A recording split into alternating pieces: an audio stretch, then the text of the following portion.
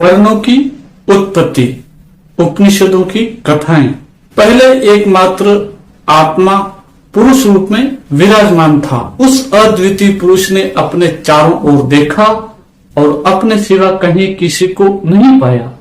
सबसे पहले उसके मुंह से ये शब्द निकले, यह मैं हूं। इस प्रकार मैं इस सर्वनाम की उत्पत्ति हुई। यही कारण है कि आज भी जब किसी मनुष्य को पुकारा जाता है तो वह पहले कहता है मैं हूं, बाद में वह किसी दूसरे का नाम लेता है। उसे अपने को निपट अकेला पाकर भय मालूम हुआ। इसलिए आज भी जब कोई मनुष्य अकेला होता है तो उसे भय मालूम होता है। उसने फिर एक बार अपने चारों ओर देखा और विचार किया, जब मेरे अतिरिक्त कहीं और कोई भी नहीं है तब मैं किससे भयभीत हूँ। यह सोचकर उसका भय जाता रहा। वास्तव में भय किसी दूसरे से होता है। भय दूर होने पर भी उसके मन में सुख की भावना नहीं उत्पन्न हुई। अकेले में किसी प्रकार का सुख कैसे उत्पन्न हो सकता है। उसे किसी दूसरे की आकांक्षा हुई। उस समय तक पति और पत्नी का संयुक्त रूप उसके एक ही रूप में वर्तमान था। उसने अपने उस संयुक्त रूप को दो भागों में विभक्त कर दिया। इस प्रकार पति और पत्नी की उत्पत्ति हुई। अपने को विभक्त करके वह आधा ही रह गया, पर समस्त आकाश उसके नारी रूप से भर गया। उस आकाश व्यापी नारी के साथ उसका मिलन हुआ, जिससे मनुष्य आदि प्राणियों की उत्पत्ति हुई। उस नारी ने सोचा, जिसने मुझे अपने ही रूप से उत्पन्न किया हो उसके साथ मेरा सम्मिलन कैसे हो सकता है। मैं अपने को उससे छिपाए रहूंगी। यह सोचकर उसने अपने को गाय के रूप में परिणत कर दिया। उसे गाय के रूप में बदलते देखकर मूल पुरुष ने अपने को वृषभ के रूप में बदल दिया। इन दोनों के मिलन से गो जाति की उत्पत्ति हुई। नारी ने इस प्रकार भी छुटकारा पाते न देखकर घोड़ी का रूप धारण कर लिया। मूल पुरुष ने घोड़ा बनकर उसका साथ दिया। इसी प्रकार वह विभिन्न प्राणियों के रूप धारण करती गई और वह उन्हीं प्राणियों का नर रूप धारण करता चला गया। इस प्रकार मनुष्य से लेकर चींटी तक सभी प्राणियों के जोड़ों की उत्पत्ति हुई। उसे यह ज्ञान हुआ, मैं ही ये सारी सृष्टि हूँ, क्योंकि मैंने ही सब प्राणियों को सिरजा है। उसके पहले सब कुछ अव्यक्त था। उसने अपने को नाम और रूप द्वारा व्यक्त किया।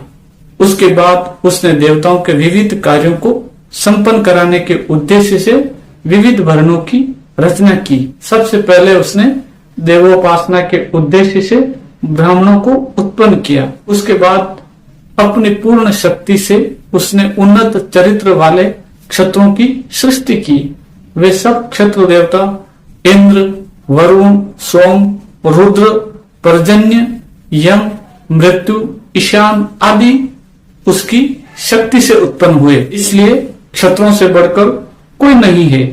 यही कारण है कि ब्राह्मण क्षत्रियों के अधीन राजसूय यज्ञ में उपासना करते हैं। उसने अपने को अधिक विस्तृत करने की आकांक्षा से 20 लोगों की रचना की। इस जाति के अंतर्गत वसुगण, रुद्रगण, आदित्यगण, विश्वदेवगण और मरुदगण ये सभी आ जाते हैं।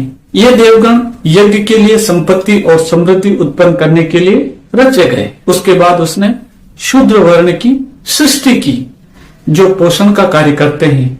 यह सारी पृथ्वी ही पुषा अथवा पोषण करने वाली है और वह पोषण करने वाली शूद्र जाति से घनिष्ठ रूप से संबंधित है। उसके बाद उसने धर्म की सृष्टि की। यह धर्म क्षत्र जाति का भी क्षत्र अर्थात रक्षक है। धर्म से बढ़कर और कुछ नहीं है। दुर्बल भी धर्म द्वारा बलवान पर विजय पा लेता है। धर्म सत्य भी है। इस प्रकार ब्राह्मण, क्षत्र, वीट, विश्व या वैश्य और शूद्र इन 4 वर्णों की सृष्टि हुई। देवों के बीच वह अग्नि के रूप में ब्राह्मण था। मनुष्यों में उसने ब्राह्मण के रूप में अपने को व्यक्त किया। क्षत्रियों में क्षत्र रूप में और वैश्यों में वह वैश्य रूप में ही व्यक्त हुआ और शूद्र में शूद्र रूप से अपने को प्रकट किया। यही कारण है कि देवगण अग्नि की उपासना द्वारा ही ब्रह्मलोक की प्राप्ति की आकांक्षा करते हैं। मनुष्यों में ब्राह्मण द्वारा ही इस फल की सिद्धि की जाती है। वह सबसे पहले एकमात्र आत्मा के रूप में विराजमान था। उसने यह इच्छा प्रकट की, मुझे एक पत्नी प्राप्त हो, मैं नए रूप में उत्पन्न हो, मुझे बहुत सा वित्त अर्थात संपत्ति प्राप्त हो, मैं कर्म करूं। इच्छा ही सब कुछ प्राप्त कराती है, बिना इच्छा के कुछ प्राप्त नहीं होता। इसीलिए मनुष्य जब अकेला होता है तो सोचता है मुझे एक पत्नी प्राप्त हो, मैं नए रूप में जन्म ग्रहण करूं, मुझे संपत्ति प्राप्त हो और मैं कर्म करूं। वास्तव में मन ही आत्मा है और वाणी उसकी पत्नी है, प्राण उनकी संतान है।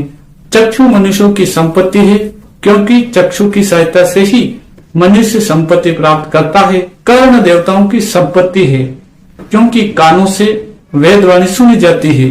आत्मा रूपी शरीर ही कर्म है, क्योंकि उसी की प्रेरणा से कर्म होता है।